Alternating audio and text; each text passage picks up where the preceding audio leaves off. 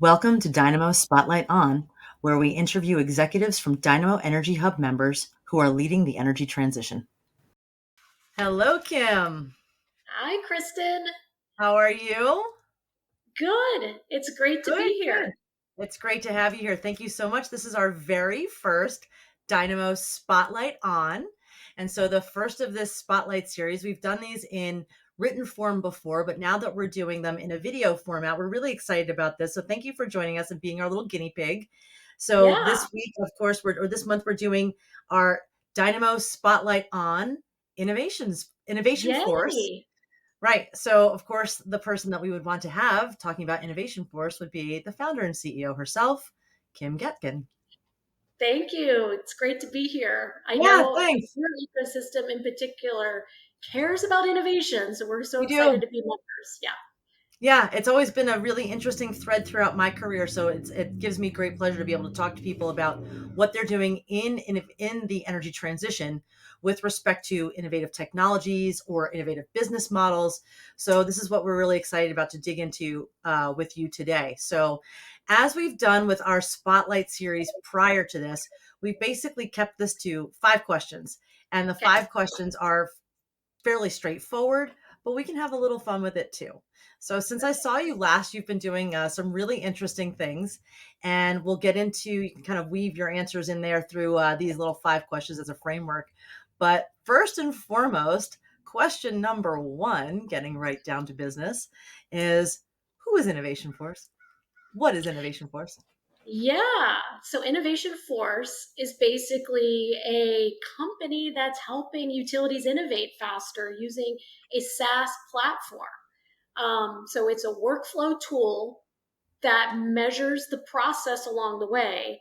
And it allows us to show utilities a lot of really cool visibility into just what's going on in their innovation program. And so utilities can walk away with real time understanding of how many ideas they actually have in their portfolio, how long innovation is taking in each step through the process, who's involved, and then what are the outcomes of the portfolio? So if we're pushing ideas through, is it driving a decarbonization outcome? Is it delivering a return on equity back to shareholders? What is the strategic value of the innovation portfolio overall?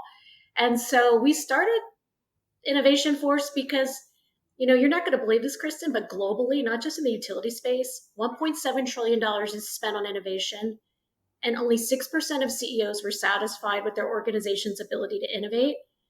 And in the utility space, we've got these decarbonization mandates, and we're often accused of going slow because we're regulated and we have to keep the grid reliable.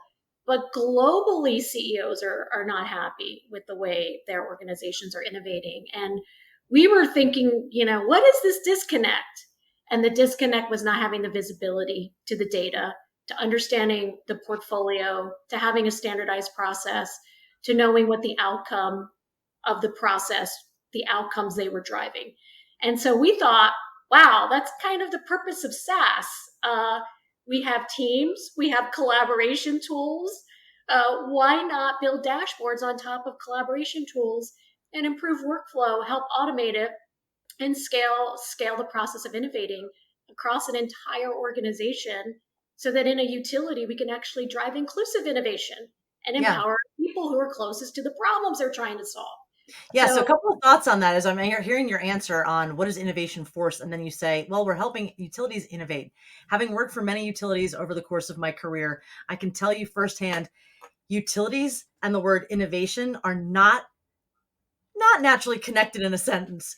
So I think that what you're doing is trying to address an issue that is prevalent, where utilities are trying to figure out how they innovate to meet all of these challenges in the marketplace, but with somewhat more of a systematic approach, mhm. so that even though you think of innovation as very free form and creative, when you're looking at innovation and projects that support them, there is somewhat of a process that needs to be addressed within. I think that would appeal to the nature of a regulated industry. Mhm. So this is probably taking out a lot of some inefficiencies and maybe seeing some patterns that maybe wouldn't be caught without data analysis. So thank you. That's a phenomenal answer to the first question of who is Innovation Force. I'm going to follow it up with our second question and say, and ask you, what is your role in the energy transition and how are you unique? So I think you kind of defined what your role in the energy transition is helping utilities, but how does this make you unique? Yeah, no. So we wanted to start with utilities. My co-founder, Ivan Aguilar, and CTO, is out of Arizona Public Service. He and I met because we saw this as being an industry-wide problem. Yeah. So inside of the utility, he was trying to get a portfolio of ideas moving through faster. I was outside of the utility for around 15 years, trying to get utilities to adopt startup technology to go faster. And then coming together, we were able to put two sides of the story together and say, wait a minute, this is a problem that can be solved because we all want to go faster. Right. And so it was connected to our sense of purpose, leading the energy transition, and why we believe innovation can be the greatest weapon to mitigate climate change. When you think about the fact that 80% of carbon emissions is tied to power generation. And so if we could help utilities who generate the power decarbonize more rapidly, then we would help utilities lead that energy transition. And what's frustrating for me in being, when I go out and I speak at conferences and I meet, others that don't understand the energy industry, and they say, "Well, wow, like utilities are notoriously known for going slow." We have to include the utility in this dialogue. We Absolutely. can't leave the utility behind. Utilities Well, have, they're integral. They're critical to the infrastructure. they're There's no way we critical to can the get around infrastructure. being part of the Exactly. grid. So even if the utility is not um, does not have ownership of the generating assets anymore, the grid is of critical importance. You know the old joke, right? That is, if Edison was alive today, he could probably come back and fix issues that were happening with the grid because it hasn't changed a lot. Yes. So that that old joke still stands. But I think what makes you unique is that you're addressing innovation with utilities in that process to enable them to move faster to keep up with what they're expected to be able to do so that their grid can be more robust and flexible. So Exactly. that Because is definitely unique. yeah, because and it's not an either or.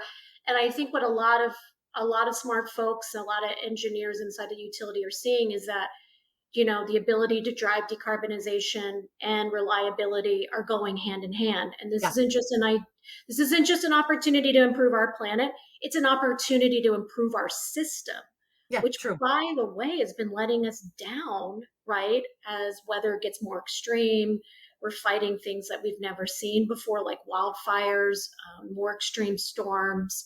So it's an opportunity for us to make our system more efficient and more reliable overall. So all of this goes hand in hand.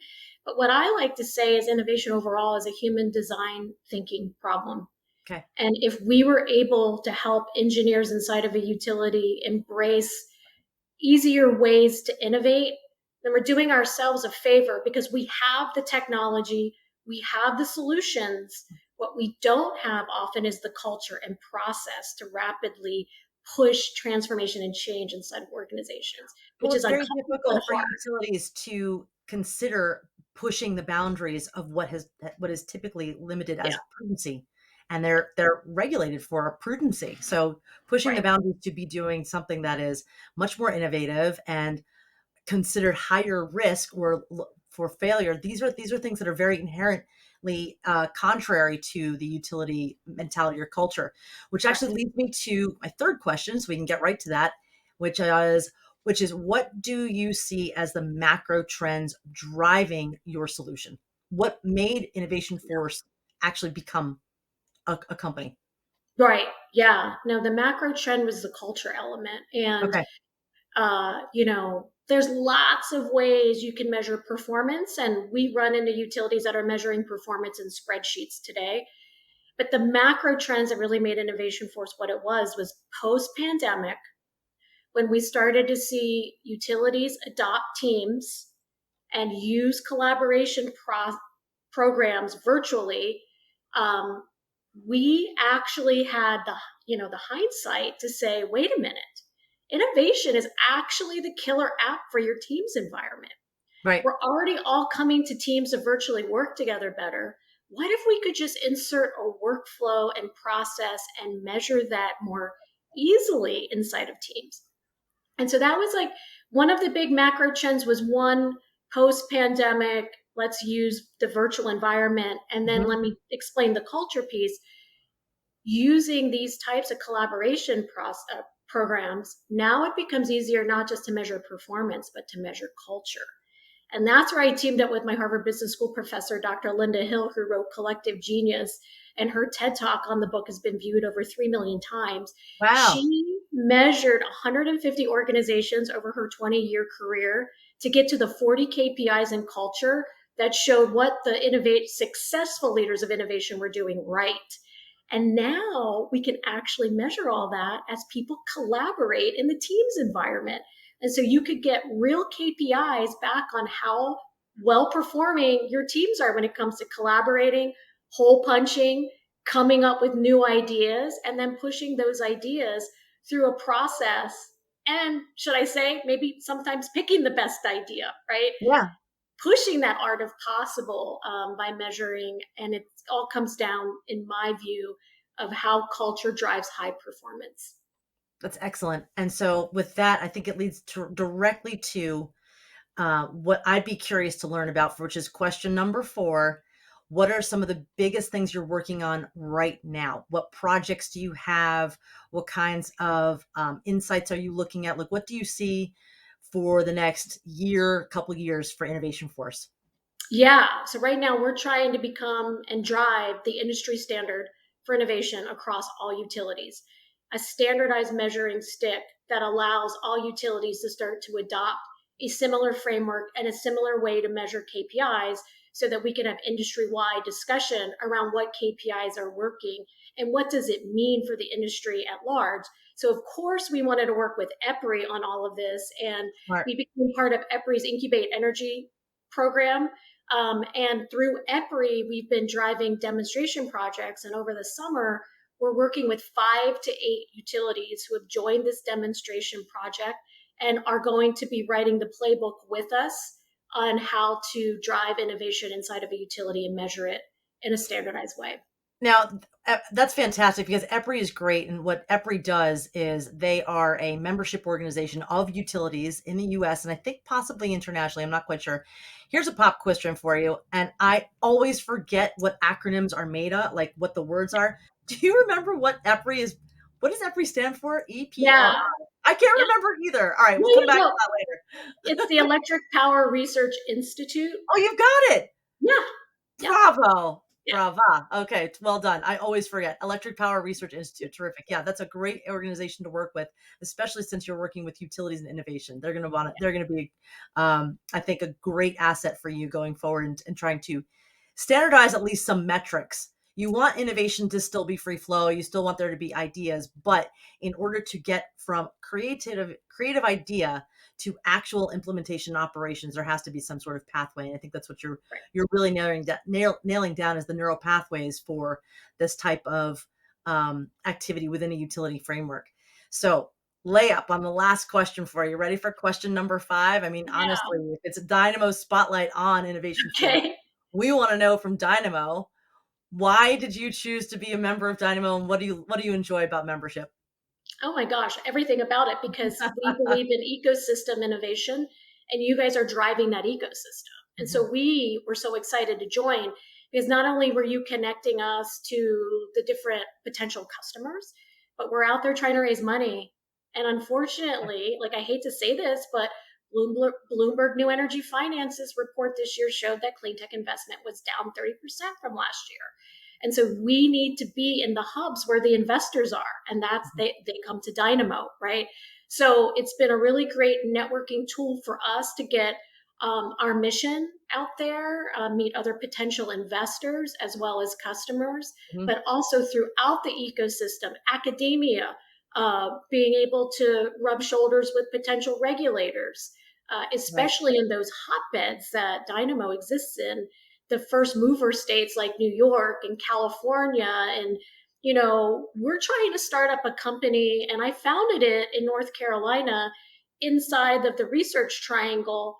But, some were saying, well, how could you start a company in North Carolina? Like, don't you need to be in the Silicon Valley? And boy, have times changed since the pandemic. And what Dynamo gives us is the ability to start a company virtually anywhere, but be That's right. embedded in those hot spots that are the first movers in the energy industry, whether it's, over in Europe, here in the US.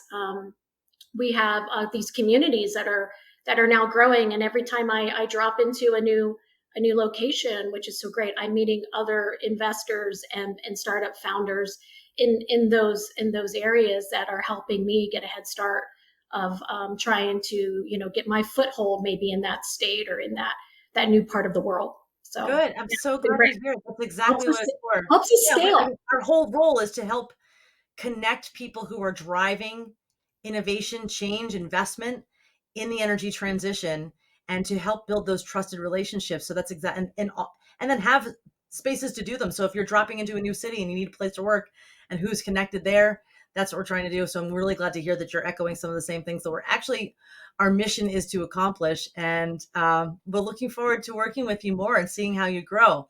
So before I let you go in this little spotlight interview here. Any last thoughts?